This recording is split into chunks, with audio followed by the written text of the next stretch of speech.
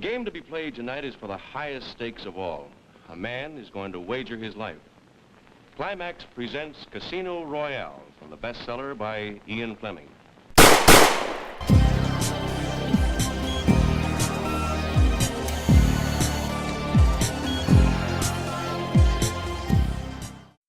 Good morning, good evening, and good afternoon. Welcome to the James Bond Complex, the podcast for myself, Edgar, and Matthew. we review the Ian Fleming stories and compare them with the cinematic James Bond. This is, I guess, official episode number 1. This is our first discussion of the novels. It is our first episode. The other is an introduction, so it's a pre-episode, I guess. It's like a prequel. Yeah, it's a prequel. It's the episode 1. Excuse me. It sort of sounds like episode 1, Yes. by the way. So we're going in the sequential order of Ian Fleming's books as opposed to the films. Therefore, unsurprisingly, episode 1 is Casino Royale, circa 1953. Is it 1953? According to some sources online, it's 1951. Really? That's what I read.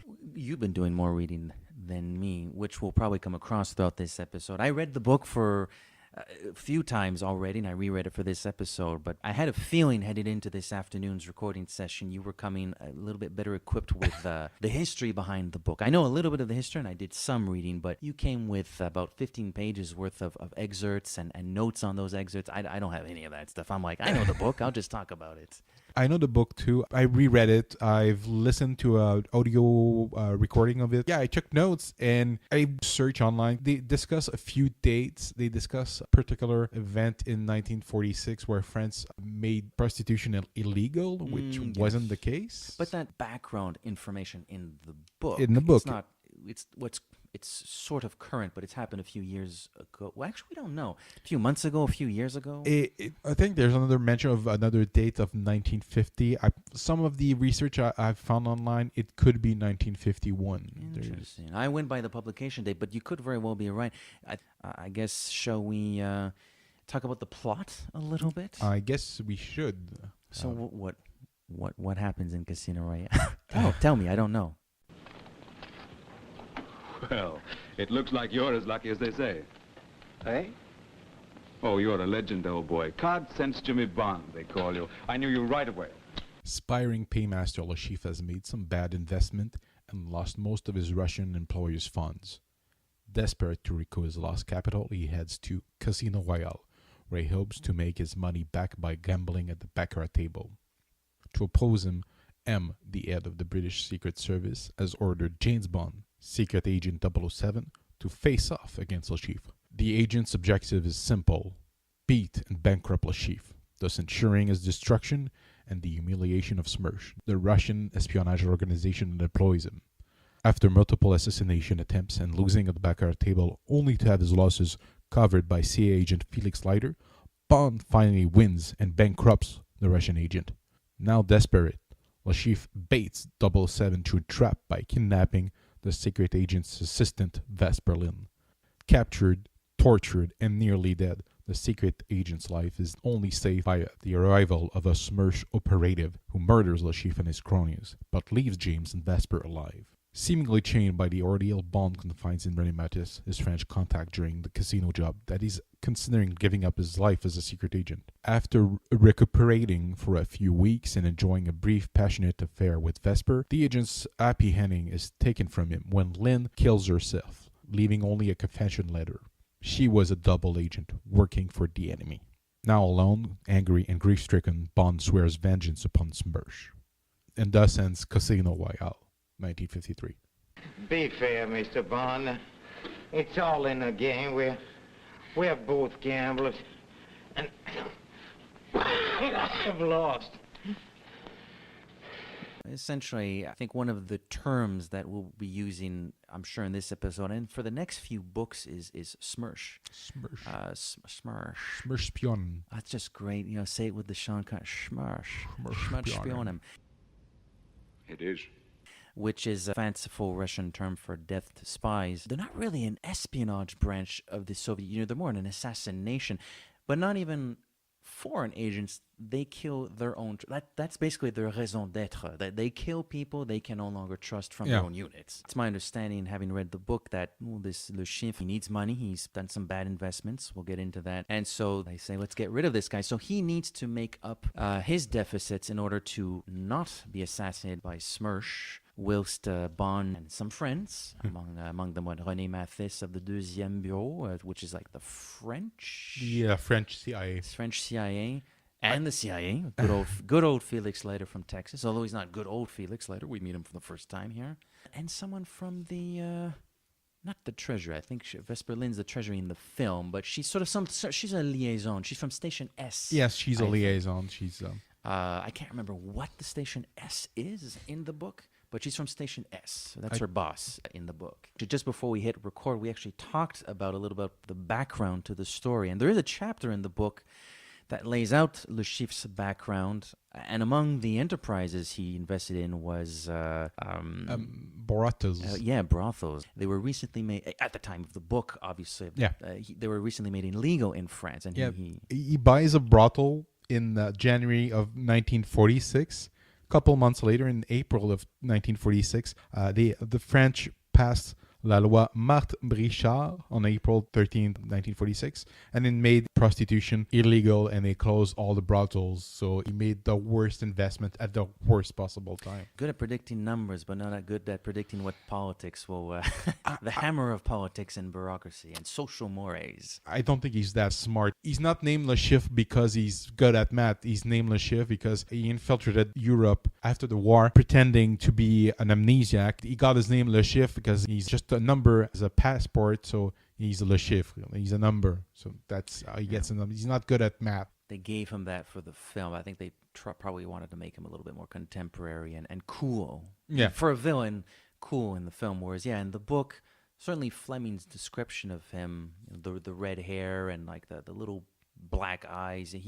This is something Fleming does a lot when describing his villains. He makes them kind of disgusting. He kind of makes them repulsive. They're often like they're human monsters in a way. Yes. They sweat a lot and they're not like good looking and their skin looks weird, and he sort of lays it on very thick. He'll describe even weirder villains as we go along in the novels, but he does start that a little bit here with Casino Royale and the ship. Allegedly, one of the inspirations, it's Anton Crowley. So I don't know if you know anything about him. Please enlighten us. Crowley, he had a cult, black magic in the early part of the 20th century. And he was a really shady guy.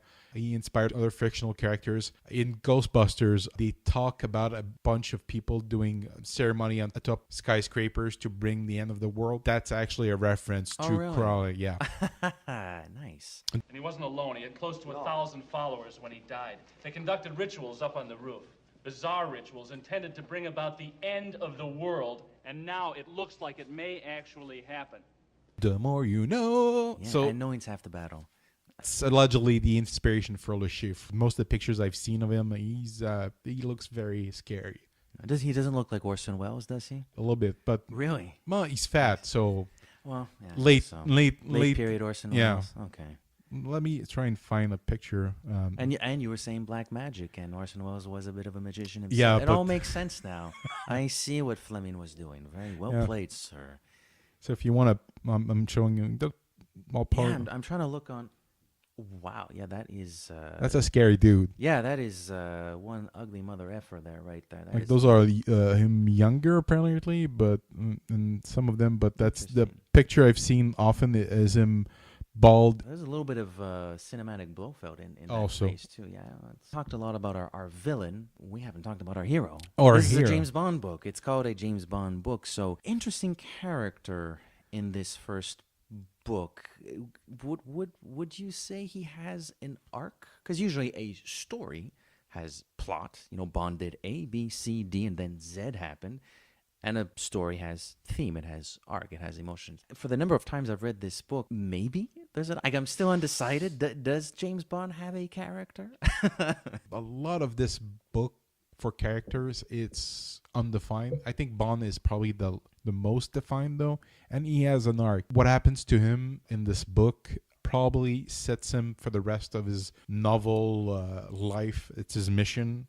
His personal mission is his philosophy, his outlook on life and women in particular, given how Casino Royale, the book, ends.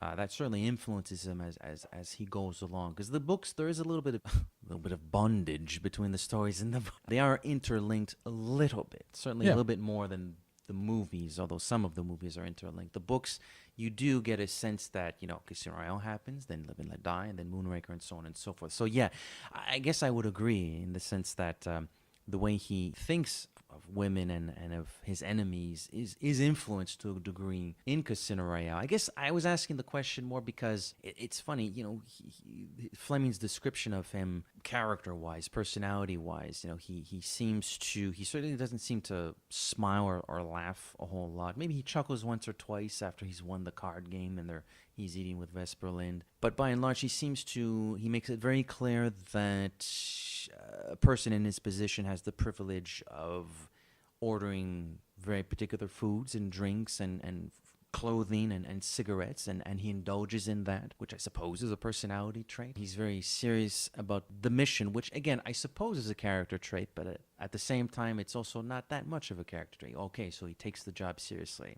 Fair enough.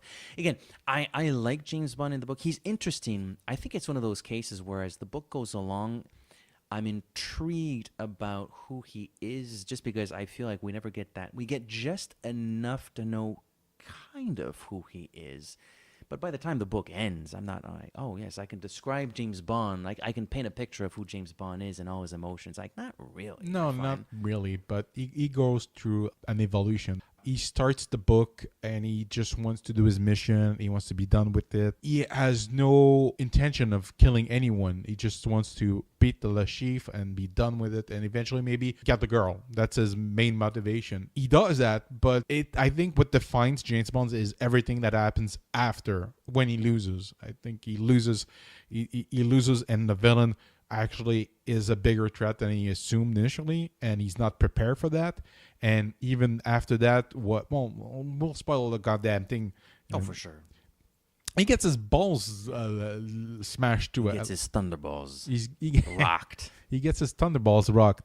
After he's been through the torture and he's recuperating, he's second-guessing himself and saying, oh, maybe I shouldn't be doing that.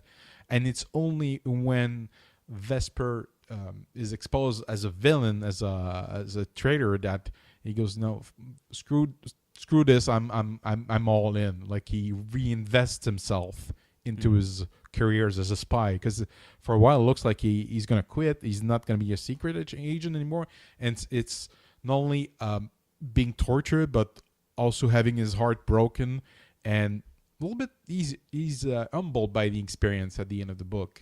Probably. Actually, I do agree. So I guess his arc is almost like a reaffirmation. Exactly. He believes in the mission at the start, then a certain portion of the mission has him question those beliefs, and then the very end, it's a reaffirmation of those same beliefs, which sets him on through the 12 or 13 adventures that in the books, the Fleming books anyways, that come after. That's actually a very well played, sir. Well played. You've convinced me now.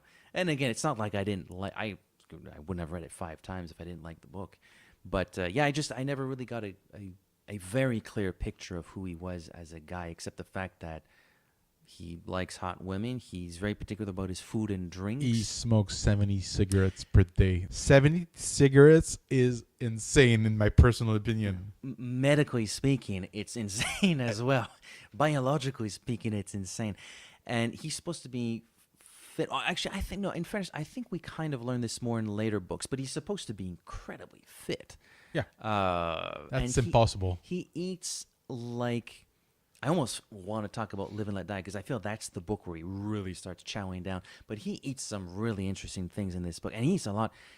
These are we're talking about like 15-course meals here, and then crème brûlées and cognac for dessert. Like, it's a lot of alcohol, it's a lot of nicotine, it's a lot of fatty foods, it's a lot of meats, and the drinking. Oh, it's constantly drinking. Drinking. There's a reason why Fleming didn't live to see his 60s. Yeah. No kidding. He was 54 54, I think. 54, 55 when he passed away, which is very, I mean, even for 1960s standards, that's kind of young. It's been said many times before, there's a lot of Ian Fleming in James Bond. Yeah. A lot of what James Bond wears, eats, drinks, thinks is a lot of what Ian Fleming Yeah, it's ate, his alter drank, ego. wore, and thought, including his love for Jamaica, which doesn't appear in. It Well, does. it's mentioned. It's Yeah, mentioned. Yeah, he's his front is a businessman from Jamaica, yes. I think. Yes. Yeah. Jamaican millionaire. Yes, and I think he actually alludes to the fact that he likes Jamaica. So, that'll be an easy cover. I've been there before, and Yes. I like it, you know. Yes. There's already a little bit of Fleming does, in there. he yeah. does, he Let's totally sneak does. a little bit of Jamaica in there.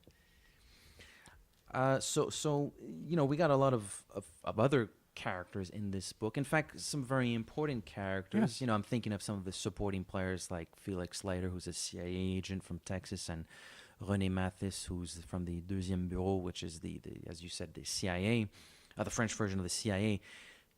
There is also a few other characters, namely Vesper Lind, Vesper Lind. who breaks his heart. I have What's I have lukewarm feelings towards her. Each time I read the book, I'm like, she's an amorphous blob of a character. She's I can't.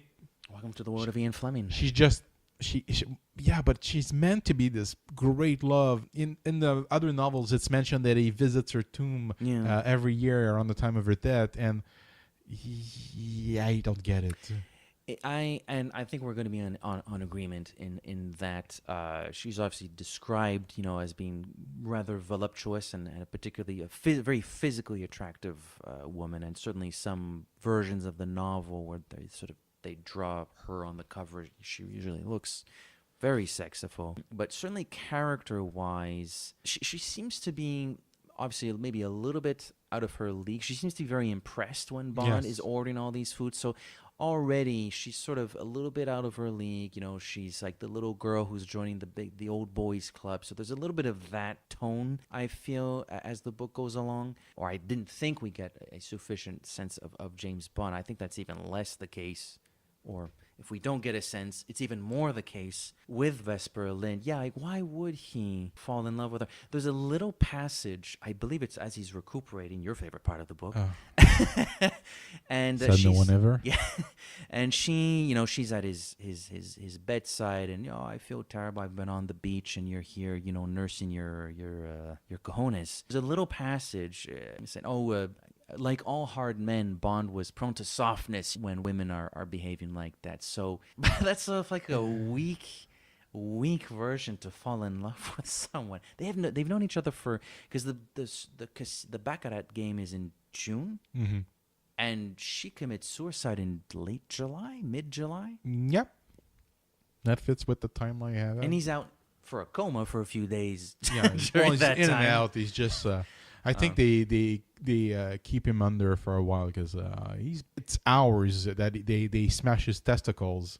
The other version where it's 15 minutes maybe, and 15 minutes is already about. Oh, I know, but the way they describe it, it's a memorable part of the book. Absolutely, and I think that section of the book, not only is it horrifyingly visceral just for what is happening, but also for how it's being described, and which is one of Ian Fleming's tremendous strength, for all his weaknesses, because you know whatever, he's sort of an old British white dude with 1950s a view of the world. He was still damn good at certain things, and that was describing things. The way that it describes violence it's impeccable. Sometimes it's beautiful. It's brilliant. It's horrifying. It gives you nightmares. Yeah. Just the contortions, and there's a passage where he says Bond's face, like he makes the face of someone that's screaming, but there's no sound coming out, because I think it's the first time he gets his thunderballs are caressed by the carpet beater. The carpet beater. I printed out a picture just to because I didn't know what it was. I like the little caption. Ouch! Is that your touch? Yes. Oh, that's wonderful. Well played, sir. My dear boy. That's another thing I like. Again, I know we thought we maybe closed the conversation on Le Chiffre, but I do like Le Chiffre's behavior, and that's it. My dear boy, my dear friend, I don't understand these torture methods. It's the simplest thing. Just, I'm going to destroy your balls. And, so I like my dear boy, the game, the time for playing Red Indians is over. You're now in the adult world. We're going to take things a little bit more seriously now, There's a line, I think I wrote it down. There will be no relenting. There is no one to stage a last-minute rescue, and there is no possibility of escape for you. This is not a romantic story where the villain is finally rotted out and the hero is given a medal and marries the girl. Unfortunately, these things don't happen in real life. And it's funny because all that he describes actually don't happen in the book. Precisely. No, it's a really, really, it's a very dark passage of the book. It's certainly very visceral. The description of the room, they're actually at Le Chiffre's villa, I believe, and it's this very oddly pink wall room, and it's early in the morning, and there are shafts of early morning light coming in. So it's just a very eerie. It's very different from what they do in the film, which we'll get to in the next episode. But I like it. I do like that. It's nightmarish. I don't like it enough to like it. But it's a really intense, enjoyable read. It's memorable. What about? We're sort of getting ahead here. What about the Baccarat game itself, which doesn't? We'll get to the movie version of Hold'em Texas Poker, but it's not as long. It's over kind of quickly. It doesn't take too much time. He loses, then he wins. Basically, from what I gathered, what I understood, it's pretty much blackjack, but different, but the same. And there's no real strategy to it, so he just wins. Personal taste, I prefer poker. There's a little bit more strategy and thinking, and described in a way that you feel, okay, you picture the other players, and it's very memorable in this way. But the game itself, Baccarat. See, for the number of times I've watched Casino Royale, the film, I still don't fully understand poker. Really? I'll need to teach you. Please, it's a game I have told myself more than once that I should probably learn to play because everybody seems to like it. Baccarat, it's not terribly difficult. I sort of understand what they're doing. The end game is not that difficult. Try to get a 9 or as close as possible, and you got 2 cards to do it. So in that sense, it's not terribly difficult. But at the same time, it's maybe not as exciting as poker, where sort of the possibilities as to the hand, because there's a greater number of cards in your quote hand. The possibilities of the types of hands you can play are obviously much greater. I would assume in poker, or as Baccarat, it's basically you got 2 cards and. Try to get a 9 and like a 9 and a 4 that adds to 14, so it's actually a 4. So yeah, it's I get it. I have to assume that's maybe one of the many popular games of the period was, which is probably why it was chosen.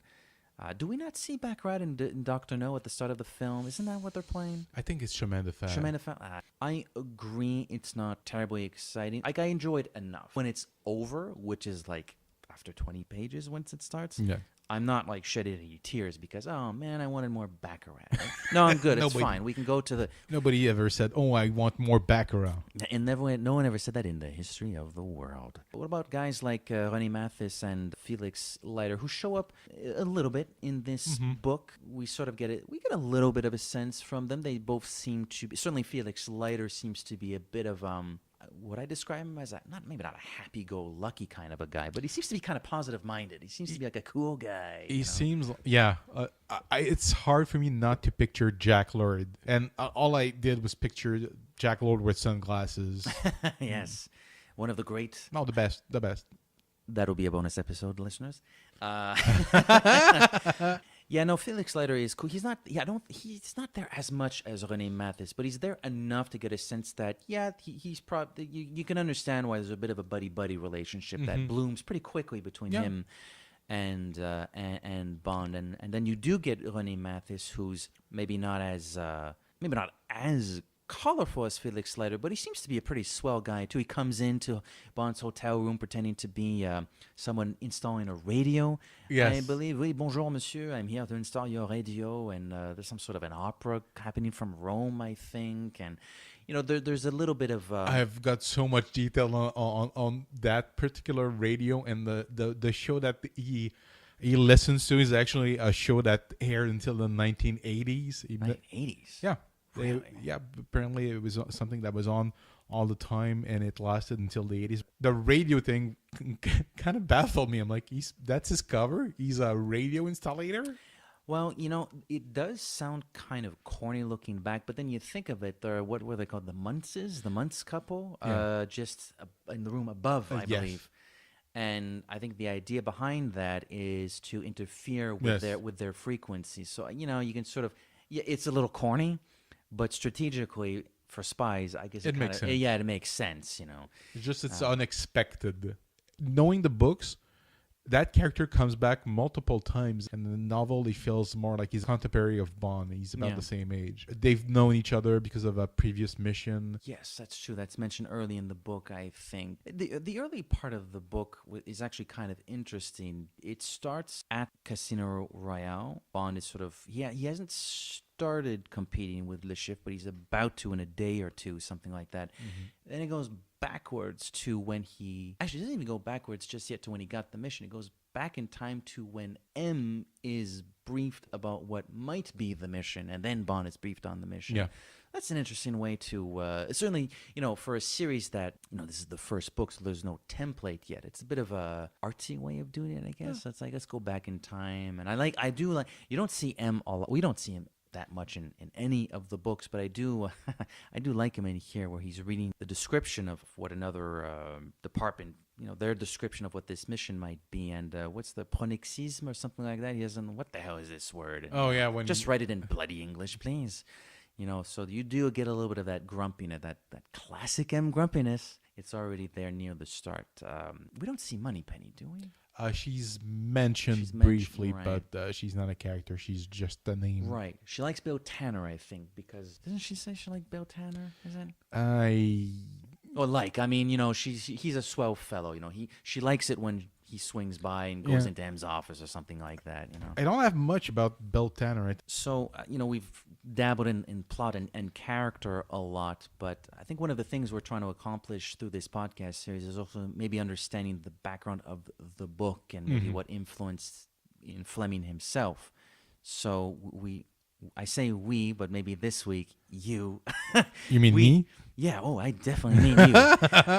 We strive to do a little bit of research, maybe just understand the geopolitical and cultural context in which the books are written. Now, I did some reading, but clearly you came much better equipped than myself. I have some ideas of what influenced the book, like the Cambridge Files and the Cambridge Spies. Yeah. But you were talking about a lot of stuff before we started recording. I did. First off, there are two things I think could define the year 1953. One of the first, probably the most important thing, is the death of Stalin in March of 1953. That created a power vacuum, and that more or less ignited even more the Cold War, I feel. It seems like it had an impact on the Cold War itself. Well, Stalin had a pretty... he ruled with an iron fist for all intents and purposes, so that maybe took the USSR in a slightly different direction, and one that, I guess no pun intended, but the Cold War heated up following his passing, because Stalin had been an ally not too long ago in World War II, although it wasn't like, you're a great guy, let's work together. It was more like, well, the Nazis are worse, so we're going to work with you. The enemy of my enemy is my friend. Precisely, but in this case, it really felt like that. Possibly. Yes.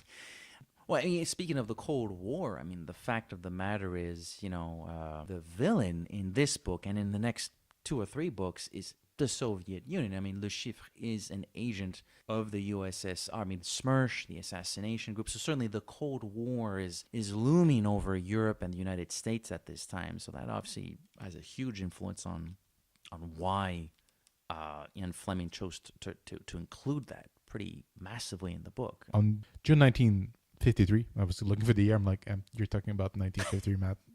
It's just 1953.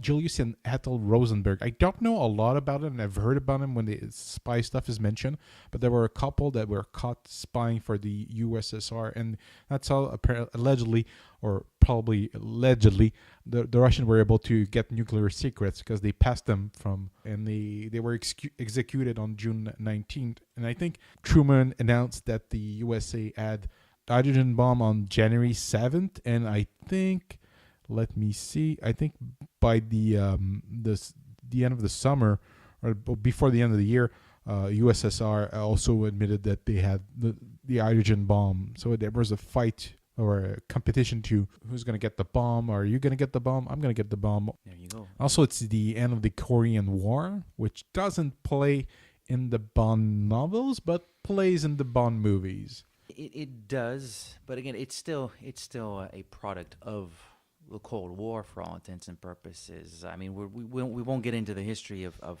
the Cold War, the history of the Korean War, but certainly the Korean War is in large part influenced by it's what the Western masters, so to speak, are doing.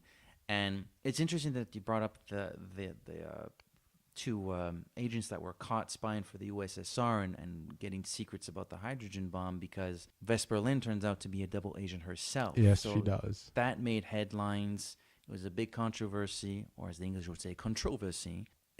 I feel as though that probably, to an extent, influenced Fleming in creating this character of Vesper Lynd, who seems to be a good little girl, and until we find out that no, she was actually playing Bond all of this time. So it's sort of like the butler did it. It's the person you least expect committed the murder.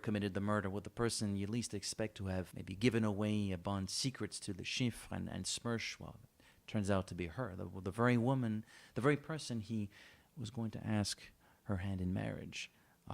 Just as their relationship starts to deteriorate, I think, on the very day.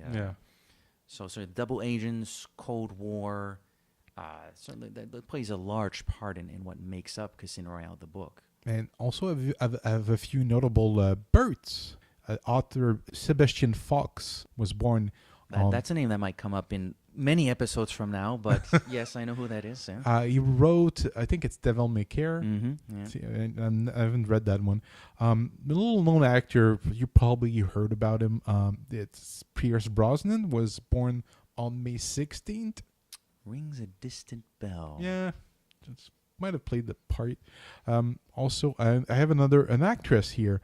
It's a little bit more distant, but Kim Basinger was born on December 8th. Oh, very important detail regarding Bond. Hugh Hefner started publication of the Playboy magazine in 1953 December. Really? Yes, he did. And surprisingly, or perhaps not surprisingly, Playboy did play something of a role in increasing Bond's popularity. Yes, it did. Yeah. Fleming published a few short stories.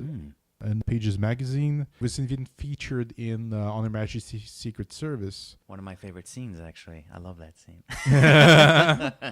I've heard that Hugh Hefner was also a big fan of the films as well. Did he have like private screenings at his Bunny Palace or whatever it's supposed to be called? Playboy Mansion. I'm gonna go with Bunny Palace. I like that. I love the Bunny Palace.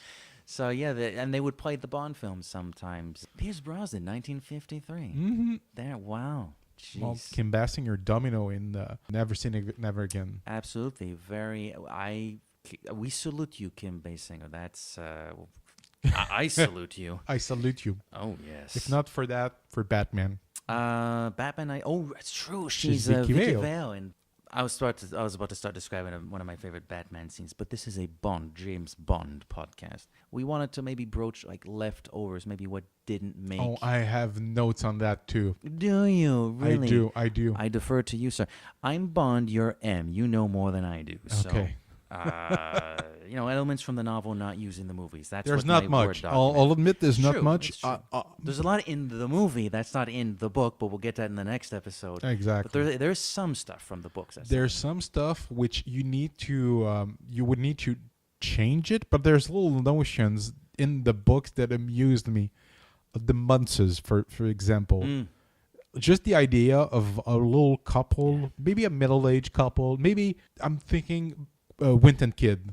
Yeah, I didn't think of that, but that's a pretty interesting. We don't see the Munces, but by the way they're described, they sort of fit that mold a little bit. A little couple, you think they're either a middle-aged couple that always fighting, they're past their prime, or very much older and they're like more like grandfatherly, and you could have them as henchmen and as hench people. I could see them working as hench people. They amused me. There's 2 assassination attempts on Bond, and none of them made it in the movie. Well, they're both spectacular in their own rights, but I love the first one with these 2 Georgian assassins. And how does it go? Each one is holding a box. Yes. They are under the impression that one of them has a box that will just release some smoke, I think, and the other one is the explosive. But in actuality, they're both bombs. They're both bombs. Speaking of double agents, they've been crossed. So kill Bond, and by the way, we'll kill them as well, just to clear our traces. It's funny because it's the first attempt on Bond's life in any media. Yeah, and it's great. And I love the way, again, I sound like a broken record. Ian Fleming's descriptions, I love the way he describes Bond being thrown back, and his chest is all hot because there's so much fire. And as he's coming out of it, he's coming around. There are pieces of flesh all around, and he's about to vomit. Actually, he's about to vomit. He's on the verge of throwing up. The film Bond would never throw up. It would just go. Bond is a little bit repulsed by what he's seen on the street. That's the thing. Yeah. That's also one thing that the novel version of the Bond character is it's disgusted by violence and gruesomeness. Yeah, it affects him. While in the movie, it's never shown to have an effect on him. Yeah, or rarely. Barely. Yeah, very rarely actually.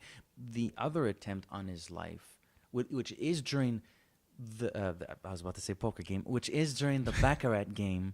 Now, there are attempts on his life in the film, so they sort of took that idea and applied it to the film, but not that assassination attempt. But that particular one that you mentioned, I don't know if it would play in a film version. I see the first one, it could have worked, but it would have been too much it would have been ridiculous in the film version, I think. Well, I think they tried it. That's how Kananga dies in Live and Let Die. Yeah. But the second one, it's great to read because there's a lot of he's very aware. Don't like Vesper and Felix. Can't they see me? Can't they see him in trouble? But no, they can't, buddy. You're on your own. You got to think of something. It would have lasted a quarter of a second in film version. So I see it there. It's not very cinematic.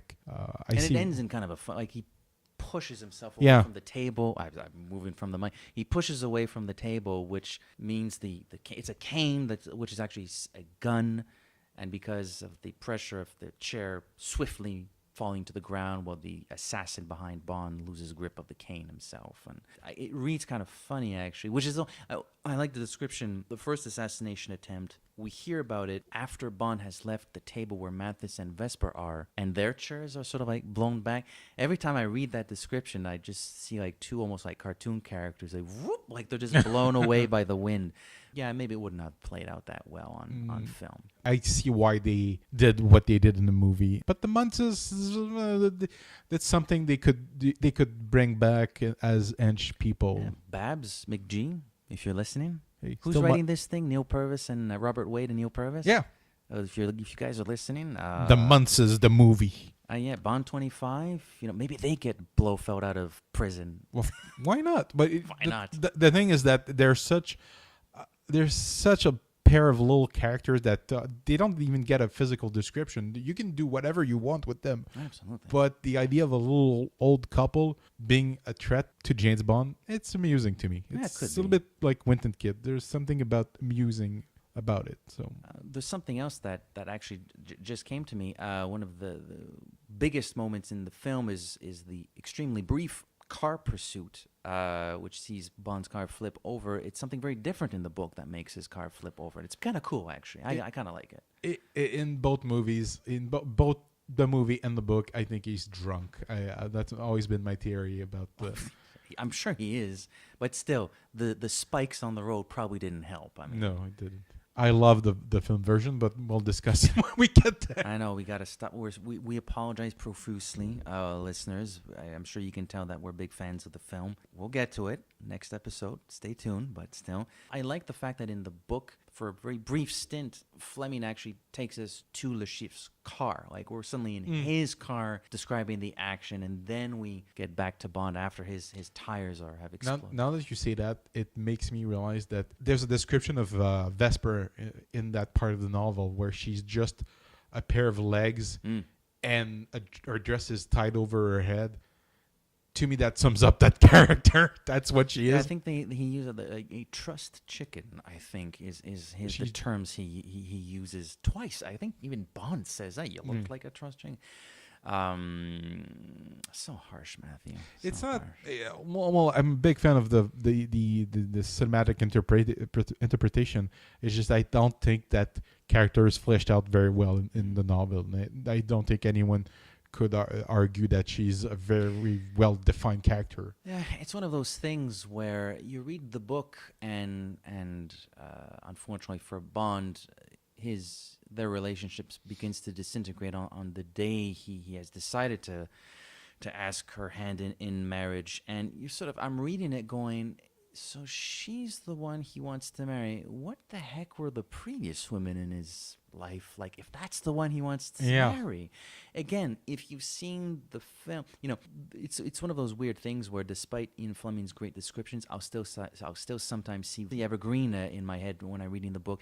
But I have to remind myself that it's not that version of the character. It is this somewhat plain version. I'm just always surprised when he's on that beach near the end of the book before things go awry. He's on that beach. He gets up, today's the day I'm gonna marry. I'm like, where did this come from? Like, you just screwed up a couple times and that's it. Like, where's this coming from?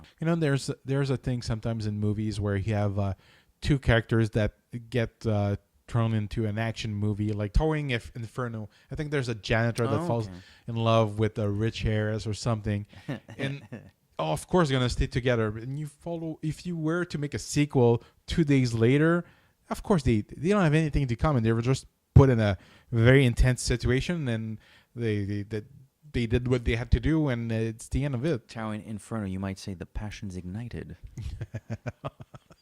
Wow, you're really good at this, aren't you? I thank you, Sir Roger Moore. Barbara. Yes, you need some quips. I have rest in peace, Sir Roger Moore to thank for that. I think I've seen the Moore films a few too many times. I'm anytime you talk 007, I get into quip mode. But thank you for the compliment. It's good. Good one. Was there anything else about what didn't make it into the book? I got to admit, I'm sort of empty right here. Did you have anything else? Anything worth? Right, exactly. Not like little details like, it's baccarat and not poker, No. Anything worth recycling or recuperating? There's probably brief descriptions of stuff, but Herr Gettler, who's actually described in the book, like we don't even. I think technically in the credits of Casino Royale, it's Gettler, but you don't really know it. Whereas in the book, it actually is a man named Gettler who has an eye patch. Oh, I have something. They would have to change stuff, but the scarring of his hand. Shoot. That's something I completely forgot. I just remember, but it's something they didn't put in the movie for obvious reasons. It's not Smersh. It's not Smersh, but he could have. But it could have been Spectre. Could have been a little octopus. They could have. After Le Chiffre gets murdered by a Russian agent, that Russian agent scars him with the first word for. It's like an upside down W, which I think is supposed to be in the Russian language, Schmiert Spionem. And it's meant to let other agents that might face him, to let them know that they're facing a secret agent, because they said, if I play poker or not poker, but baccarat with one of my colleagues, they'll know. Which is stupid, because doesn't he just get plastic surgery to cover that? Yeah, shit but up? I guess plastic surgery in 1953, it's not like. Yeah, the Russians didn't know what that existed. The British, England, that's where it's at. You need to get a facelift, or if you need to prevent people from knowing that Smersh knows about you. Body doubles also. Body doubles? Absolutely. No, they really knew what they were doing back then. Not like today. It's just the good old days. So that's one thing but I don't see them recycling that part of the It'd be novel. cool, though. it'd be cool, but without the torture that he's been through before, the scarring becomes pointless. Like I can't see them. I can't see Bond being tied to a chair and like, I'm gonna torture you, Mr. Bond, and okay, I just did an octopus on your end. It's or tattoo. Exactly. I was thinking the same thing. The tattoos really hurt, apparently. Yeah, there's a notion there. There's something. Surprised they never actually went for that. I guess the closest we get is when Roger Moore puts a third nipple on him to impersonate Scott Matt. You found me rather titillating.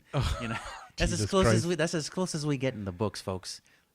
That is the tattoo, the scarring of Bond. That's the movie version of the Casino Royale scar. What can we tell people about the next novel where Bond goes, maybe? Little sneak peek. Well, Bond goes to New York. For a while, anyways. Yeah. The next book is Live and Let Die. Yes. So I think That's we're going to good. wrap things up.